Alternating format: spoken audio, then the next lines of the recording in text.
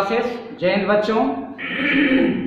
हम लोग देख रहे थे इलेक्ट्रोस्टैटिक्स का एपिसोड नंबर 37 देखा था।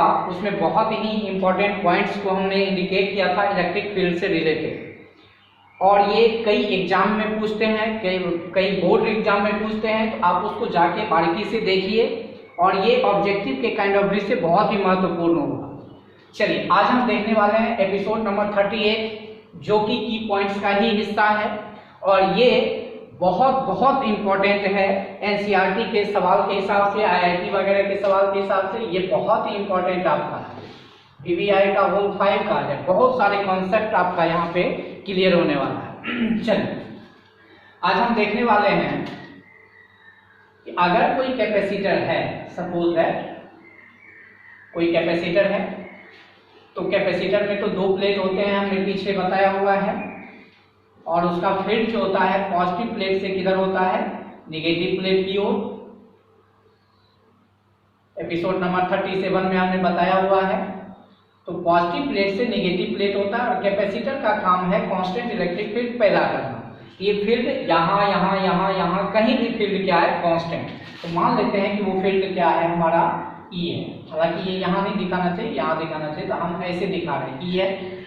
अब कह रहा है कि इसमें हम कुछ चार्ज पार्टिकल को, कुछ कण को प्रोजेक्ट करते हैं। ठीक है, कौन कौन सा पार्टिकल है, हमने पीछे वाले में इलेक्ट्रॉन, प्रोटॉन और न्यूट्रॉन को देखा था। आज हम 4 पार्टिकल की बात कर रहे हैं, electron, proton, neutron and alpha particle. आपको ये जानकर अच्छा लगेगा कि अगर हम इसके मास का जिक्र करें, इलेक्ट्रॉन का मास जो होता है उसको हम बोलते हैं me, जिसका वैल्यू जो होता है बहुत ही लो होता है, वेरी लो, वेरी लो। अब कहिएगा वेरी लो क्यों बोल रहे हैं, आप देख सकते हैं 9.11 इंटू 10⁻³ kg होता है। ठीक है, जो कि बहुत कम होता है। प्रोटॉन के लिए अगर बात करें, इसको हम क्या इंडिकेट कर देते हैं, मास ऑफ प्रोटॉन, और मास ऑफ प्रोटॉन जो होता है वो 1 AMU के बराबर होता है।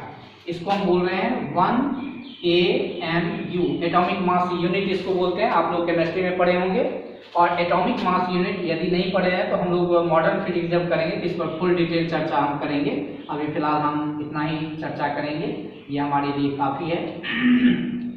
1 AMU मतलब एटॉमिक मास यूनिट, ये केमिस्ट्री के भाषा में है, इसको फिजिक्स के भाषा में ढाल लेते हैं, केजी में कन्वर्ट करते हैं। तो 1 AMU जो होता है वो होता है 1.6 इंटू 10⁻⁻27 kg। ये याद रहना चाहिए आपको। ये आपका हो गया proton, mass of proton is equal to 1 AMU, और 1 AMU इज इक्वल टू लगभग कितना होता है, 1.6 इंटू 10⁻⁻27 kg। अब कहता है न्यूट्रॉन के लिए बात करते हैं। न्यूट्रॉन के लिए मास ऑफ न्यूट्रॉन बोल सकते हैं, और इसका जो वेट होता है थोड़ा सा प्रोटॉन से ज्यादा होता है, लेकिन अप्रॉक्स में हम 1 AMU ही लेके चलते हैं। प्रैक्टिकली अगर बोले, हम चर्चा पीछे किए हुए हैं, प्रोटॉन का जो मास होता है वो स्लाइटली कम होता है न्यूट्रॉन से, लेकिन प्रैक्टिकली न्यूट्रॉन का ज्यादा होता है प्रोटॉन से। अब मास ऑफ न्यूट्रॉन है, इसका भी वैल्यू कितने के बराबर हो गया, तो 1 AMU के बराबर, 1 AMU के बराबर, और वो कितने के बराबर हो जाएगा, 1.6 इंटू 10⁻⁻19 kg। ठीक है, ये हो गया आपका इसका। अब बच गया हमारा अल्फा।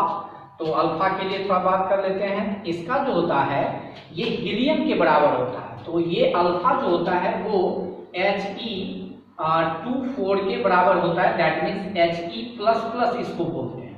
ठीक है, अल्फा को हम लोग क्या बोलते हैं, He++, मतलब चार्ज जो होता है 2E के बराबर, और ये जो हीलियम है, हीलियम को हम बोलते हैं 2 और 4। तो इसका मतलब, इसको मिटा देते हैं हम थोड़ा सा। हीलियम के लिए एटॉमिक नंबर हो गया 2 और एटॉमिक मास हो गया 4। इसका मतलब 4 का मतलब हुआ 4 AMU, जो माथा पर लिखा हुआ है उसको AMU में कन्वर्ट कर लीजिए तो वो एक एटम के लिए निकल जाएगा। इसका मतलब ये है कि ये हमारा जो हो गया, इसको बोलते हैं मास ऑफ अल्फा, और ये कितने के बराबर हो गया, 4 AMU के बराबर। और जब एक AMU जो है एक प्रोटॉन है, इसका मतलब है कि 4 प्रोटॉन का मास मिलेगा तब उसके बराबर होगा। इसका मतलब है कि हम यहाँ पर बोल सकते हैं, इसको थोड़ा सा, ये हो जाएगा 4 गुने कितना, 1.6 into 10 to the power minus 19 ऐसा माइनस 27 के। ठीक है, जो गुना भाग होगा हम बाद में देख लेंगे। तो ये आपके लिए एक क्रिटिकल पॉइंट है। चलिए चार्ज की चर्चा कर लेते हैं। इलेक्ट्रॉन पर चार्ज आप जानते हैं कि माइनस ई के बराबर होता है, ये हो गया चार्ज। प्रोटॉन पर चार्ज होता है प्लस ई के बराबर, और न्यूट्रॉन पे चार्ज होता है 0, और अल्फा पे 2 प्लस होता है, इसका मतलब है 2e के बराबर। इसका मतलब ये प्लस में होता है और वो 2e के बराबर, प्लस लगा देते हैं मतलब पॉजिटिव पार्टिकल है। तो alpha positive particle, proton positive particle, electron negative particle, neutron neutral. अब कहता है इस चारों पार्टिकल को हम क्या किए, एक गन लिए और इसको इलेक्ट्रिक फील्ड में प्रोजेक्ट किए। तो किसी को मान लो दे दिए, एक बार अल्फा को प्रोजेक्ट कर दिए, एक बार न्यूट्रॉन को, एक बार प्रोटॉन को, एक बार इलेक्ट्रॉन को, बारी बारी से हम इसको क्या कर दिए, प्रोजेक्ट कर दिए। अब इसके पथ को दिखा देते हैं। तो कुछ जो है ऊपर गया, कुछ जो है नीचे गया। अब क्यों नीचे ऊपर जाएगा आप खुद जान सकते हैं। पीछे वाले में हम बताए हुए हैं एपिसोड नंबर 37 में कि इलेक्ट्रॉन जो है वो पॉजिटिव प्लेट की तरफ अट्रैक्ट करेगा होगा, और पॉजिटिव पार्टिकल जो है नेगेटिव प्लेट की ओर अट्रैक्ट होगा, और जो न्यूट्रल होगा वो सीधा बेचारा बिना डेविएट हुए ग्रेविटेशनल फोर्स को अगर हम अवॉइड कर देते हैं तो डायरेक्टली सीधा चला जाएगा। इसका मतलब है कि आपका इलेक्ट्रॉन अगर यहाँ से जो प्रोजेक्ट होगा तो ये पार्टिकल आपका कहाँ चला जाएगा, ऊपर की ओर। और ऊपर की ओर कौन जाने वाला है, इलेक्ट्रॉन, क्योंकि पॉजिटिव की तरफ जाएगा। और यहाँ से 2 पार्टिकल आपका नीचे की ओर आएगा। इसका मतलब ये है कि आपका एक अल्फा हो जाएगा और एक प्रोटॉन हो जाएगा, क्योंकि दोनों पॉजिटिव है तो नेगेटिव प्लेट की ओर अट्रैक्ट होगा, और जो सीधा चला जाएगा वो हो जाएगा आपका न्यूट्रॉन। ये आपका एनसीईआरटी का बहुत इंपॉर्टेंट है, इसलिए हम बोल रहे हैं बहुत सारा इंफॉर्मेशन आपको यहाँ मिलने वाला है। अब यहाँ पर कहता है कि ये तो समझ में आ गया कि पॉजिटिव की तरफ कौन जाने वाला है, इलेक्ट्रॉन, नेगेटिव की तरफ कौन जाने वाला है, प्रोटॉन और अल्फा पार्टिकल, और सीधा कौन गुजरने वाला है, न्यूट्रॉन। इतना अगर आप समझे तो आप इसके पड़ाव में आगे चलते हैं, मैथमेटिकल कैलकुलेशन की ओर चलते हैं, कुछ थीम के बारे में चलते हैं। आप इतना जब समझ गए तो यहाँ पर पूछता है, जब हायर ऑर्डर थिंकिंग में जाते हैं, आप इतना समझ गए, आप एनसीईआरटी में बस यहीं तक समझ गए तो आपका काम चल जाएगा। लेकिन हम थोड़ा सा और इसको इलेबोरेट करते हैं, थोड़ा मजा आएगा। हम बात कर रहे हैं यहाँ से, हम इस पर फोर्स निकालना चाहते हैं कि फोर्स कितना लगेगा। तो जब हमको फील्ड पता है, ई है, सबका चार्ज पता है, इसका मतलब है कि हम इस पर इलेक्ट्रिक फोर्स भी निकाल सकते हैं। तो इलेक्ट्रिक फोर्स निकालते हैं। तो यहाँ पर आइए, अगर फोर्स ऑन न्यूट्रॉन पूछा तो भैया न्यूट्रॉन के पास चार्ज क्या होता है, 0, इलेक्ट्रिक फील्ड क्या है, ई, और फोर्स बराबर क्या होता है आप यहाँ पर देख सकते हैं। यहाँ पे थोड़ा सा एक टर्म हम यहाँ लिख देते हैं, 1 AMU इज इक्वल टू कितना के बराबर, 1.6 into 10 to the power minus 27 kg। ये थोड़ा सा याद रखना है, इसको बक्सा में बंद कर देते हैं। और F इज इक्वल टू क्या होता है, QE, इसको भी आपको याद रखना है। यानी कि Q चार्ज अगर आप प्रोजेक्ट करते हैं, रखते हैं किसी E फील्ड में, तो आपका फोर्स कितना होगा, QE। अब इसी का हम इस्तेमाल करके यहाँ पर देखते हैं, न्यूट्रॉन पर जो फोर्स होगा वो कितना हो जाएगा, 0, क्योंकि 0 चार्ज है तो 0 फोर्स होगा। फोर्स ऑन इलेक्ट्रॉन अगर पूछेगा तो क्या होगा, तो फोर्स ऑन इलेक्ट्रॉन बराबर फोर्स क्या होता है, QE। तो इलेक्ट्रॉन का चार्ज कितना, E, और किस फील्ड में रखा हुआ है, E में। इसका मतलब इलेक्ट्रॉन पर जो फोर्स लगा वो E के बराबर। फोर्स ऑन प्रोटॉन पूछेगा तब, फोर्स ऑन प्रोटॉन पूछेगा तो चार्ज E या इलेक्ट्रिक फील्ड E, इसका मतलब इस पर भी फोर्स हो जाएगा E। हालांकि हम इस पर चर्चा पीछे कर चुके हैं, दोनों फोर्स का मैग्नीट्यूड बराबर है, दोनों फोर्स बराबर नहीं है, क्योंकि इलेक्ट्रॉन पर जो फोर्स लगेगा इलेक्ट्रिक फील्ड के अपोजिट, इसलिए उसको ऊपर लेके गया। अब प्रोटॉन पर कहाँ लग रहा था, फील्ड के डायरेक्शन में, इसलिए उसको कहाँ लेके गया, नीचे, इसलिए वो नेगेटिव की तरफ अट्रैक्ट हुआ और इलेक्ट्रॉन जो है पॉजिटिव प्लेट की ओर अट्रैक्ट हुआ। दोनों का मैग्नीट्यूड बराबर है, फोर्स बराबर नहीं है, हमने पीछे चर्चा किया हुआ। फोर्स ऑन अल्फा पार्टिकल, तो फोर्स ऑन अल्फा पार्टिकल क्या हो जाएगा, Q इंटू E। तो Q के जगह पर क्या लिखेंगे, 2E, तो 2E इंटू में क्या हो गया, E। इस E और इसी में फर्क है, ये इलेक्ट्रॉनिक चार्ज है जो 1.6 into 10 to the power minus 19 coulomb है, और E हो गया इलेक्ट्रिक फील्ड। ये हो गया हमारा फोर्स का कैलकुलेशन। अब इससे रिलेटेड इलेक्ट्रॉन का कैलकुलेशन किया जा सकता है, एक्सेलरेशन का कैलकुलेशन किया जा सकता है। तो एक्सेलरेशन ऑफ न्यूट्रॉन पूछेगा। तो एक्सेलरेशन बराबर क्या होता है, फोर्स बटे मास, यानी ए बराबर होता है एफ बटे एम, एफ एन बटे हो जाएगा एम एन, मतलब force on neutron mass of neutron. तो फोर्स तो बेचारा का जीरो है, तो जीरो बटा एनीथिंग क्या होता है, जीरो। अब निकालते हैं इलेक्ट्रॉन के लिए, तो ए ई मतलब acceleration of electron. Acceleration of electron क्या हो जाएगा, तो फोर्स ऑन इलेक्ट्रॉन बटे मास ऑफ इलेक्ट्रॉन। तो फोर्स ऑन इलेक्ट्रॉन कितना है, ई, तो ई बटे में क्या हो जाएगा, M E, mass of electron. उसके बाद अगर हम बात करें एपी का मतलब acceleration of proton. Acceleration of proton के लिए अगर बात करते हैं तो एफ पी बटे एम पी, तो बराबर एफ पी की जगह पर हम क्या लिखेंगे, ई बटा एम पी। अब देखो एक्सेलरेशन, फोर्स तो दोनों पे सेम था, लेकिन मास अलग अलग होने के कारण एक्सेलरेशन अलग अलग हो गया, क्योंकि मास ऑफ इलेक्ट्रॉन कम होता है मास ऑफ प्रोटॉन के बनिस्बत। इसका मतलब है कि इलेक्ट्रॉन का एक्सेलरेशन ज्यादा होगा, प्रोटॉन का एक्सेलरेशन कम होगा। तो यहाँ ध्यान रखना है कि इलेक्ट्रॉन का एक्सेलरेशन, प्रोटॉन का एक्सेलरेशन किसी इलेक्ट्रिक फील्ड में अलग अलग होता है, लेकिन फोर्स का मैग्नीट्यूड क्या होता है, बराबर। अब एक्सेलरेशन ऑफ अल्फा पार्टिकल, तो क्या हो जाएगा, फोर्स ऑफ अल्फा बटे मास ऑफ अल्फा। तो फोर्स ऑफ अल्फा कितना, 2e बटे मास ऑफ अल्फा। तो मास ऑफ अल्फा क्या लिख सकते हैं, सो देखिए 4amu, एक mu की जगह पर mp लिख देते हैं, थोड़ा कैलकुलेट करना आसान हो जाएगा।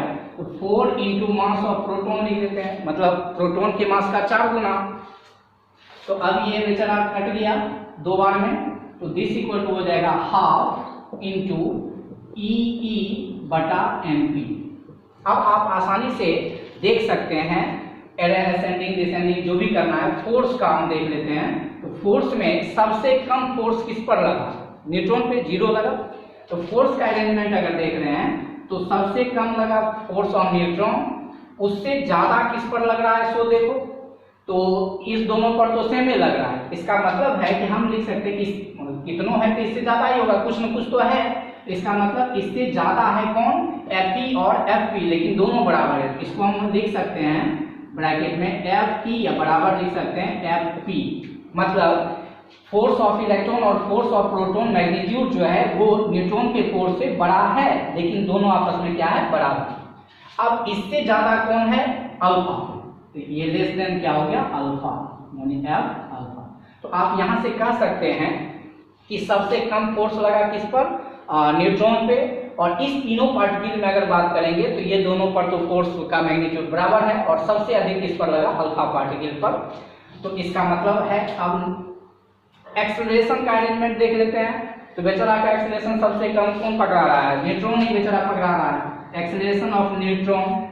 अब इससे ज्यादा कौन है, सबसे ज्यादा कौन है, मंझौला में कौन है, ये सोचने वाली बात है। आप देख सकते हैं कि इसको हम क्या बोलते हैं, सो देखो ये जितना है उसमें कितना भाग लग रहा है, 2 से। इसका मतलब ये है कि ये है mass of acceleration of proton. Acceleration of proton जितना है उसका आधा है। इसका मतलब है कि अल्फा का एक्सेलरेशन प्रोटॉन से कम होता है, और इस दोनों में इलेक्ट्रॉन का सबसे ज्यादा होता है।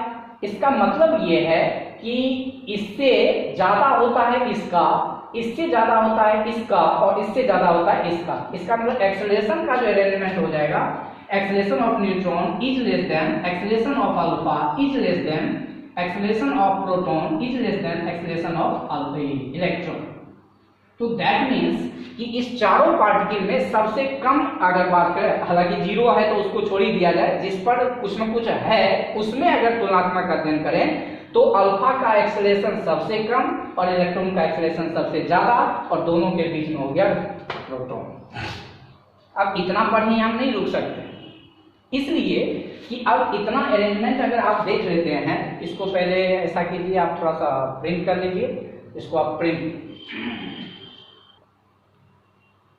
उम्मीद करते हैं कि आप लोग प्रिंट कर लिए होंगे। स्क्रीनशॉट ले लीजिए, और स्क्रीनशॉट लेके इसको बारीकी से आप लिखिए, और इसमें एक एक पॉइंट आपको मतलब याद करने वाला है, आप भुलाई नहीं भूल सकते हैं, क्योंकि ये डिफरेंट टाइप से आपके लिए आ रहा है। अब देखिए मैथमेटिक्स का नॉलेज यहाँ से कैसे मिलता है, थोड़ा सा एनसीईआरटी में पूछा हुआ है। ये एनसीईआरटी के काइंड ऑफ व्यू से काफ़ी महत्वपूर्ण है और किसी बड़े एग्जाम के लिए भी, छोटे एग्जाम के लिए भी ये एनसीईआरटी में इस पर आधारित सवाल आपको मिल जाएगा और चुटकी में आप यहाँ से आंसर कर सकते हैं, जो कि काफ़ी पॉपुलैरिटी हासिल किए हुए है। हमने क्या कहा था, इसको जानने की आवश्यकता भी नहीं है, आपको इतना बता दिए थे, उसी में आपको एनसीईआरटी का सवाल फटाफट बन जाएगा। लेकिन हम कुछ और पॉइंट्स बताते हैं जो कि एनसीईआरटी का सवाल आप काफ़ी आसानी से बना सकते हैं। चलिए अब यहाँ पर हम देखते हैं कि एक्सेलरेशन में यहाँ पर पाथ को हम लोग डिसाइड करते हैं कि कौन सबसे ज़्यादा डेविएट होगा, कौन सबसे कम। तो डेविएशन दिखाया जाता है कि मिडिल सेंटर से कितना ज़्यादा दूर कौन भागा, तो जो जितना ज़्यादा दूर भागा इसका मतलब ज़्यादा डेविएशन हुआ। इसका मतलब है कि उस पर हम डिपेंड करते हैं, तो इसके पाथ का हम क्लियरेशन करें, तो पाथ का क्लियरेशन हो जाएगा तो फिर मजा आए। अब अगले वीडियो में हम लोग देखते हैं 39 में देखेंगे इसके पाथ पर आधारित। तब तक के लिए जय हिंद, जय भारत।